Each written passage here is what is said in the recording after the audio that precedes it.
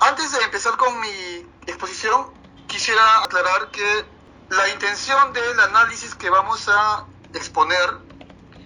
es justamente que se eviten futuras denuncias, futuras demandas, ya sea ante la Comisión de Eliminación de Barreras Burocráticas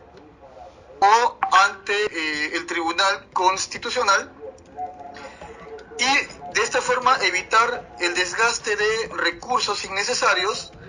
porque justamente creo que estamos el día de hoy y, como lo mencionó, vamos a exponer aspectos puntuales, como por ejemplo, ya para dar inicio, al artículo correspondiente a la información, la previsión económica y financiera. A ver, el subnumeral 2 del numeral 11.3.7 señala que es una obligación de los colegios particulares para fines de autorización de ampliación o traslado de local o ampliación de local, que deben presentar la información histórica de balance general, estado de ganancias y pérdidas, que finalmente son estados financieros. Y ya hubo una controversia con la emisión del decreto legislativo 1476 en este aspecto. Entiendo que el Ministerio de Educación ha tomado como base este decreto legislativo para, por primera vez, incluir dentro de su reglamento la obligación de los colegios particulares de presentar estos estados financieros. Pero también debemos tomar en cuenta que este decreto legislativo ha sido motivo de la interposición de más de, por lo que tenemos conocimiento,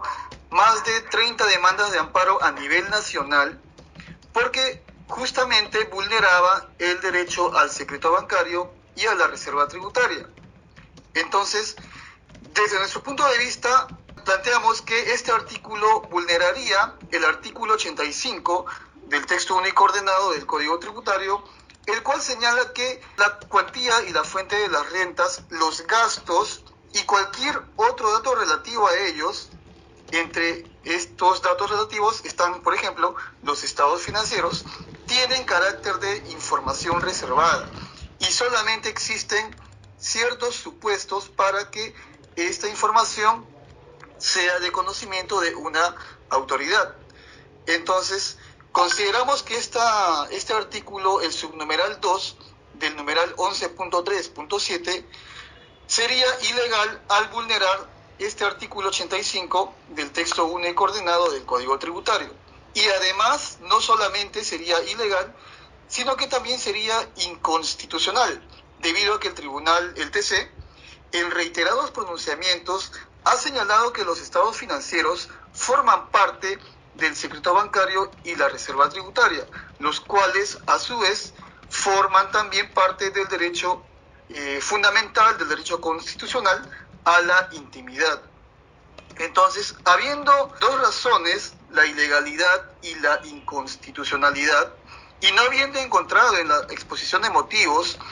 una fundamentación que sustente la legalidad o la constitucionalidad de este subnumeral 2, numeral 11.3.7,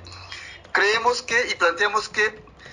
debería retirarse del reglamento, ya que vulneraría el derecho a la intimidad y también vulneraría el artículo 85 del texto único ordenado del Código Tributario, ¿sí? Eso con respecto a los estados financieros que se encuentran, repito, en el subnumeral 2, numeral 11.3.7.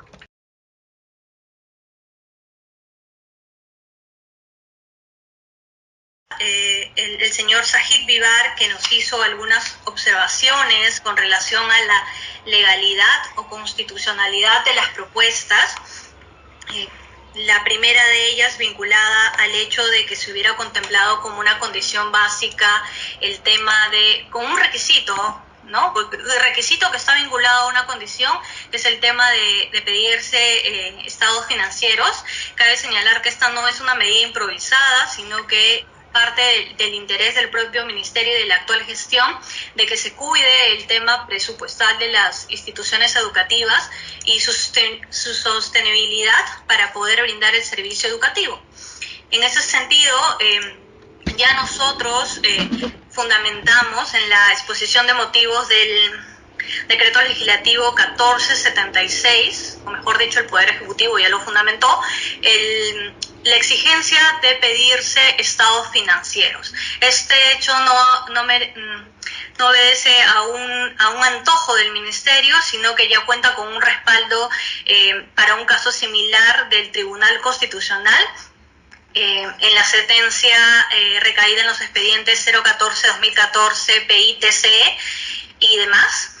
En este pronunciamiento, el Tribunal Constitucional indicó que era válido, esto es constitucional, que se le puede exigir a las universidades sus estados financieros toda vez que ellas reciben incentivos tributarios y además ejercen función administrativa, con lo cual nosotros hemos fundamentado ya previamente esta legalidad de la propuesta y agradecemos que nos hagan la observación en esta oportunidad, porque vamos a revisar nuevamente la exposición de motivos que tiene este proyecto de reglamento para hacer énfasis de ese sustento. Brevemente, una acotación a la exposición de motivos y a la supuesta legalidad de exigir estados financieros a los colegios particulares. Sí, efectivamente, si revisamos la exposición de motivos del Decreto Legislativo 1476, vamos a encontrar que su fundamentación para justamente establecer la obligación de que se remitan los estados financieros es el precedente del caso de la ley universitaria, ¿sí? Sin embargo, si revisamos este precedente, vamos a darnos cuenta que en los fundamentos 96, 97, 98 y 99, solamente en estos 4 fundamentos, el Tribunal Constitucional sustenta su pronunciamiento, y vamos a ver que de esos 4 fundamentos, solamente los fundamentos 96 y 98 se refieren a universidades privadas. Y, oh sorpresa, el sustento principal del Tribunal Constitucional para declarar la legalidad de exigir a los estados financieros a universidades privadas es la sentencia 3221 del año 2010. Entonces, creo que sería muy responsable que nos remitamos a esta sentencia del Tribunal Constitucional del año 2010, porque justamente fue el sustento principal para declarar la constitucionalidad y la legalidad de la ley universitaria, ¿sí?